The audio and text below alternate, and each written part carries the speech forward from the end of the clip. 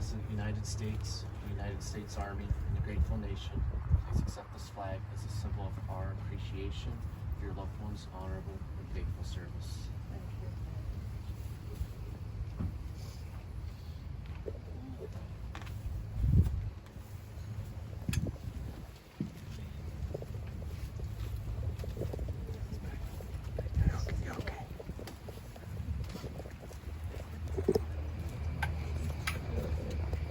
Friends, in a moment we'll start the service.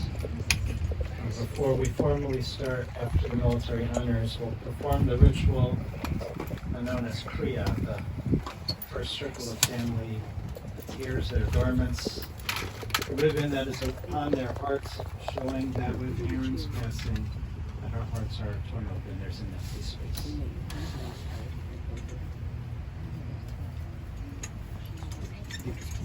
That's right, I didn't get to meet you last night. We're going to make the tear, all of us that are wearing the ribbon.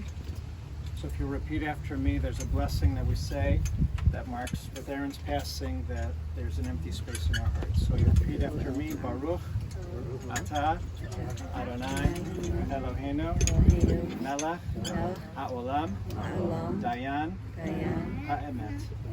Blessed are you, Lord our God, the judge of truth. And we say, Amen. Now I can make the tear. I can help you if you want. Want me to help you, Marlene? Honey, come here. Yeah, I can, or I can go first. But yeah, if you tear it from the bottom. Yeah, just tear it up.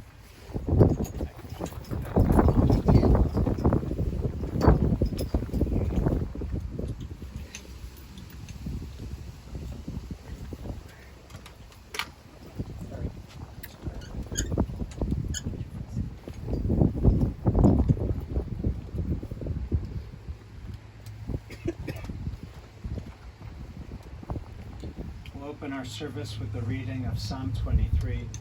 I'll first chant it in the Hebrew and then join together with me in the English. Mizmor David, Adonai roi lo aksar binoteshe yarbitzeni al mei menachot yirale. Nafshi yeshaveh v'yamcheni b'mag b'yitzarek b'man shemo. Gam ki elech b'getz alma v'lo yirara ki ata imadi. Shivtecha mishantecha hima yenakumuni. Harok befanai shulchan neged sorai dishanta b'shemen roshi k'siruvaya. Haktov v'chesed yirdefuni kol yimei chayai. V'shabti v'veis Adonai le'orech yamim. Please join with me, the Psalm of David. The Lord is my shepherd, I shall not want. He maketh me to lie down in green pastures. He leadeth me beside still waters. He restoreth my soul. He guideth me in straight paths for his name's sake. Yea, though I walk through the valley of the shadow of death, I fear no evil, for thou art with me. Thy rod and thy staff, they comfort me. Thou preparest a table before my enemy. Thou hast anointed my head with oil, my cup runneth over. Surely goodness and mercy shall follow me all the days of my life, and I shall dwell in the house of the Lord forever. Today we gather to share words of praise, words of thanks, words of honor, and words of love, as we recall with great affection such a special man. Today we say goodbye to our beloved Aaron Walter, Sonny, a beloved husband, a beloved father, a beloved grandfather, a beloved great-grandfather, a beloved son, brother, uncle, and friend. Our Bible teaches these words. L'kol zaman v'ed b'chafetz, l'kol chafetz tachat hashamayim. A season is set for everything, a time for every experience under heaven, a time for planting and a time for reaping, a time for keeping and a time for discarding, a time for loving and a time for hating, a time for embracing and a time for refraining, a time for laughing, a time for weeping, a time for dancing, a time for wailing, a time for birthing, a time for dying, a time for speaking and a time for silence, a time for seeking and a time for losing. Today is a difficult day. He was strong. He held on even with his health difficulties. Wanted more time with each and every one of you. But we can surely say that Aaron is now at peace. The rabbis compare our lives to that of a ship. You might remember when ships actually left, cruise ships, those days pre-COVID. Oftentimes when a ship left the harbor, there was a lot of fanfare, bands playing, parades, all this excitement for the journey up ahead. But the rabbis say, why is it time to journey at the beginning of the trip? The celebration should be at the end, when that ship has returned home. Oftentimes there's no band playing, there's porters taking off the luggage, taxis waiting to take the shipgoers to their next location. But the rabbis say it's when that ship returns to its port. For who knows at the beginning of the journey what obstacles and challenges lay in its path, if it will make its way home safely. The rabbis say when a person lives a long and full life, like Aaron, 96 plus years, that when he returns home in peace, then it is time to celebrate his life, all that he stood for, all that he gave to us, all that love. So today we say, Aaron has departed from this world with a good name. He's returned home in peace at the age of 96. He had the blessing of 2 loving marriages in his life. 42 years with his beloved Elaine of blessed memory. And then Aaron was blessed to share 28 wonderful years together with you, Marlene.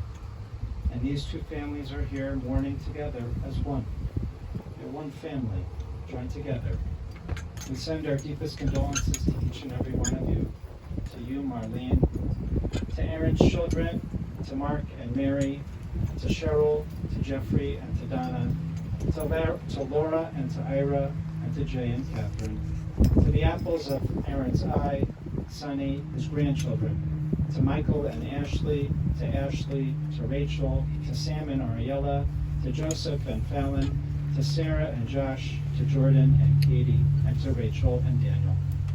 And Kinahara to the diamonds in his crown, his 5 great-grandchildren, to Jackson and Summer, to Millie and Reuben, and to Evan. We also extend our deepest condolences to Aaron's sister, Rochelle, and, as he was Uncle Sonny, to so many of his nieces and nephews.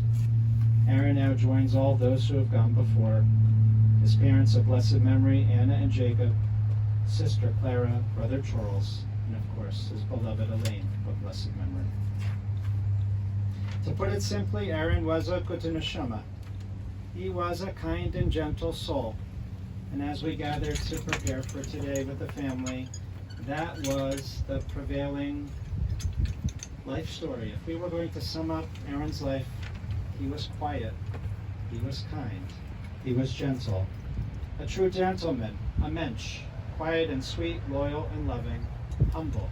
He lived life the right way, greeted everyone with a smile. He was positive and never complained. On the most ugly day in Cleveland, we know that they do come. They're not all like today, 80 and sunny. On those ugly days in Cleveland, he'd say it was a beautiful day because he woke up and he was able to spend it with each and every one of you. And if he wasn't feeling well, he'd still tell you, I feel great, like I'm 20 years old. He could be stubborn, of course. Although he was quiet, he thought he knew better and wasn't afraid to tell you. He was nicknamed Sonny by his parents, who loved Al Jolson's song, Sonny Boy. A lifelong stamp collector, avid reader, and coin collector. A war hero of the greatest generation, Aaron was immaculate and impeccable in dress, in manners, and in life. He was devoted to excellence in all that he did, filled with love for all of you, his family, and extended family and friends. Born and raised here in Cleveland, he had a beautiful voice. The story goes that he was offered the chance to become a professional singer as a teenager in the Metropolitan Opera, but Aaron chose to stay here in Cleveland, graduating from Glenville High and going straight into the Army, private first class, serving on the front lines of World War II throughout Europe and North Africa. He watched as his friends died in the war, kept a journal of his time in the service, grateful to come home safely, sharing his stories with you. Although I'm told when he did return with a stutter. Upon returning home from his service, Aaron met his beloved Elaine at a Halloween party here in Cleveland.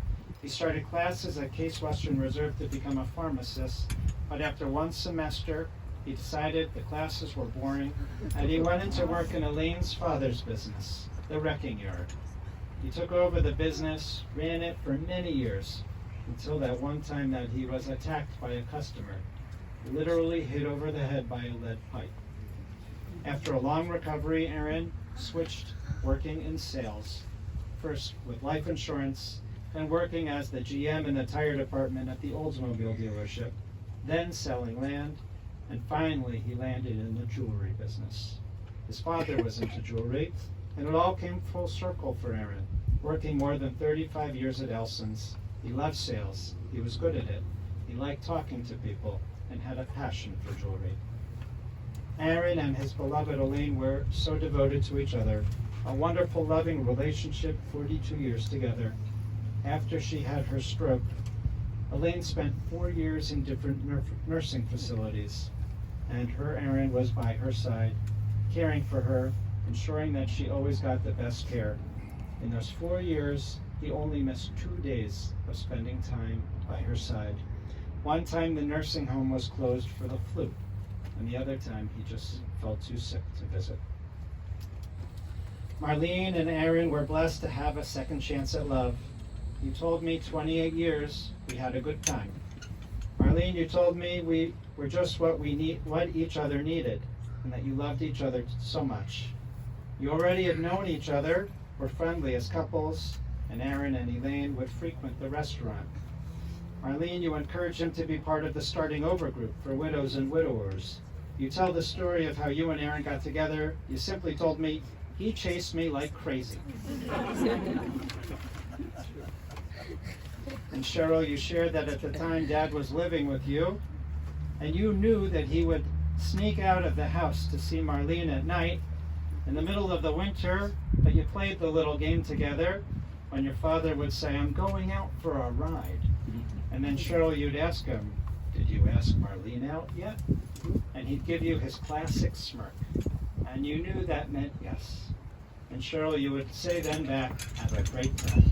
And you'd wait up to make sure that he came home.